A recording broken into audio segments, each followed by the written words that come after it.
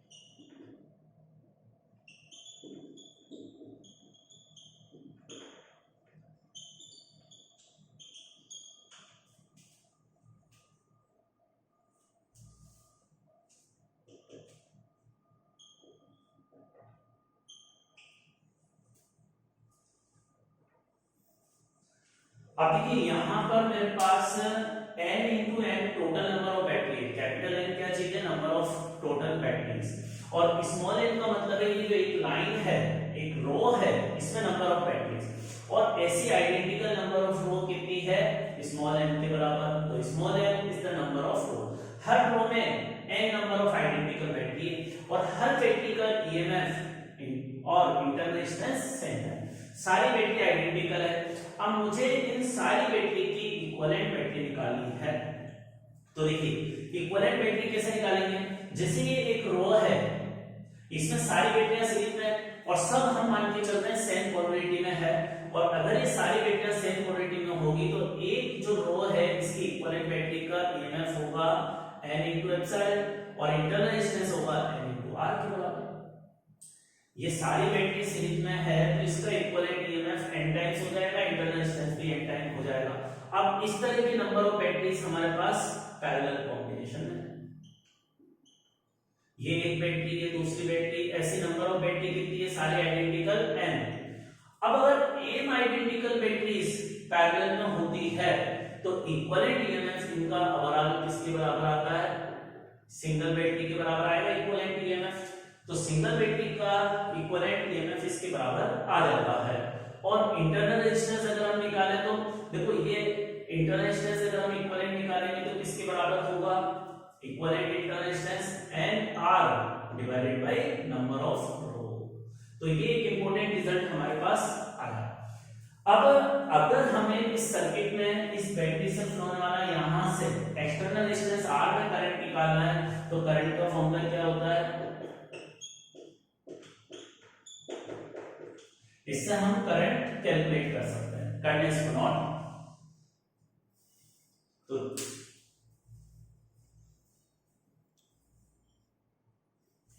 Now condition for maximum power in resistance R.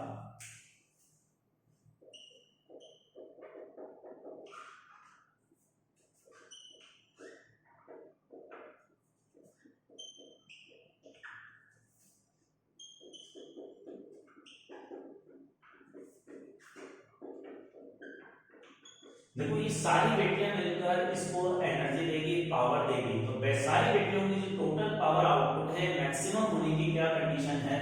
या इस external resistance में power maximum generate हो उसकी कंडीशन क्या है? तो उसके लिए हमने ऑलरेडी डिस्कस कर रखा है। क्या कंडीशन होती है कि रेजिस्टेंस में पावर मैक्सिमम हो। मैक्सिमम पावर होने के लिए इस कैपिटल R की वैल्यू जो बैटरी का इंटरनल रेजिस्टेंस है उसके बराबर होनी चाहिए। पावर मैक्सिमम होने के लिए कैपिटल R और स्मॉल r इक्वल होना चाहिए। लेकिन अब स्मॉल r किसका लेंगे? ये सारी बैटरियों का जो इक्विवेलेंट इंटरनल रेजिस्टेंस था वो यहां कंसीडर करेंगे। तो इक्विवेलेंट इंटरनल रेजिस्टेंस इसके बराबर होना चाहिए। So this is the condition so that power output output will be maximum. अब यहाँ स्मॉल r की वैल्यू क्या है वो यहाँ रखते हैं, तो स्मॉल r की value nr divided by small n के इक्वल। ये अपना रिजल्ट हो गया। करते हैं इसको। Now, if next problem is that if we have n number of identical batteries which are connected in parallel combination, then we want to find out the equivalent battery. अब देखिए equivalent battery को कैसे निकालेंगे। Solution, parallel combination में battery के equivalent का formula क्या होता है। पैरेलल कॉम्बिनेशन में बैटरी के इक्विवेलेंट का फॉर्मूला ये होता है ना,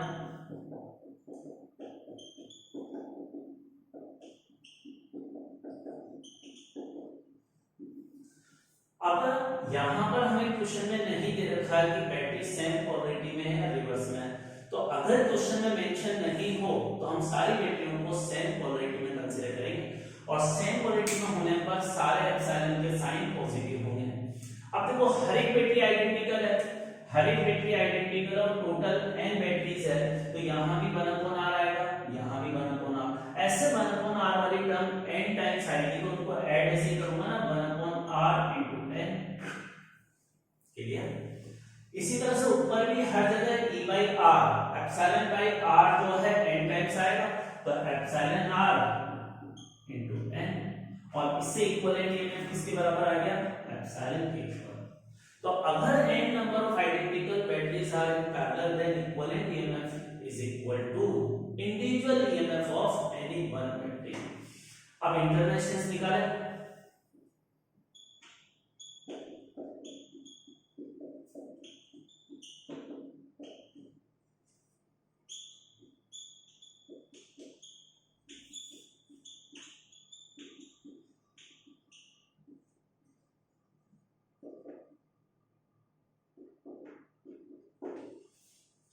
देखिए यहाँ पर इक्विवेलेंट इंटरनेशनल बैटरी अगर पैरेलल कॉम्बिनेशन में होती है तो उसका एक्सप्रेशन ये है।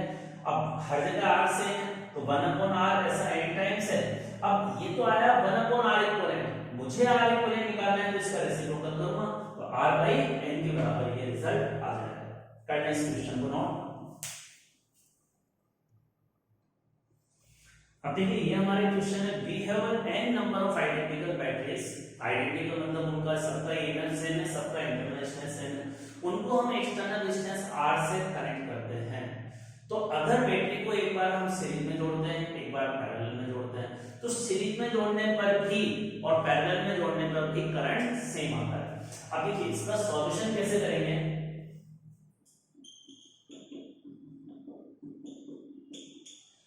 हमने ये कंसीडर करा I1 तो करंट है जब दोनों बैटरी को हम सीरीज में जोड़ेंगे, और I2 है पैरेलल में जोड़ने पर। अब करंट का बेसिक फॉर्मूला क्या होता है,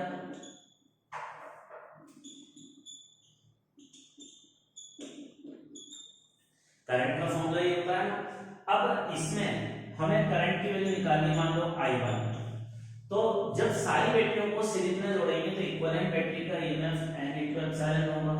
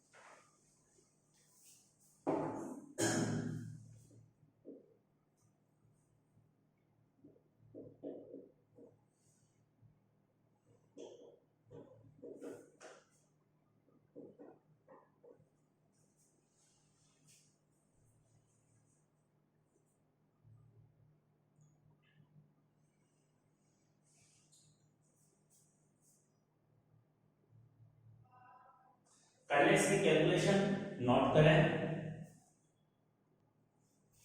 अब देखिए ये इसका आंसर कैलकुलेट हो गया, यहाँ 1 माइनस एन से 1 माइनस एन कैंसिल होगा तो स्मॉल आर बराबर is equal to capital R. तो अगर सीरीज और पैरेलल में हम इन बैटरीज को जोड़ेंगे, दोनों केस में करंट सेम होने की क्या कंडीशन होगी कि स्मॉल आर कैपिटल आर के बराबर हो। और ये रिजल्ट नंबर ऑफ बैटरी पे डिपेंड नहीं कर रहा। अगर हम एक सिंगल बैटरी लें, डबल बैटरी लें, 3 बैटरीज लें, कितनी भी बैटरीज लें, इट इज एप्लीकेबल। केवल n बराबर 1 के लिए एप्लीकेबल नहीं होगा। एक सिंगल बैटरी, अगर सिंगल बैटरी के लिए डिफाइन ही नहीं होगा कॉम्बिनेशन, क्लियर। तो ये इसका सॉल्यूशन करना इसको नोट। अब देखिए यहां पर ये दो बैटरीज है और इनकी इक्विवेलेंट बैटरी हमें ए और बी पॉइंट के बीच निकालनी है। तो जिन दो पॉइंट के बीच हमें इक्विवेलेंट बैटरी निकालनी होती है, हम एक इमेजिनरी रेजिस्टेंस उनके बीच कनेक्टेड करते हैं। तो अब अगर इन दोनों बैटरी का इक्विवेलेंट निकालना है ए और बी पॉइंट के बीच, तो ये दोनों बैटरी किस कॉम्बिनेशन में है, पैरेलल कॉम्बिनेशन में। देखिए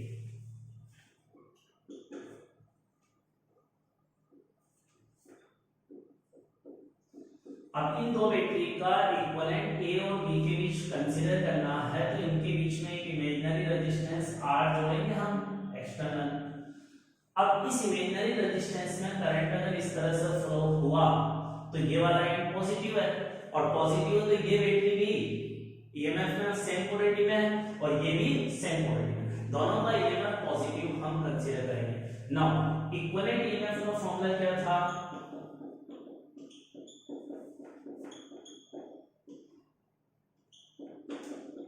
ये इक्विवेलेंट ईएमएफ का फॉर्मूला था, क्लियर है।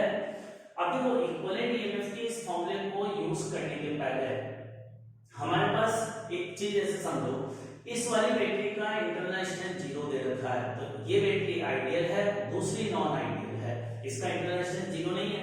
अब ये वैल्यू इसमें रखेंगे, सॉल्व करते हैं, तो R1 अगर 0 है तो एप्सिलॉन 1 R2 प्लस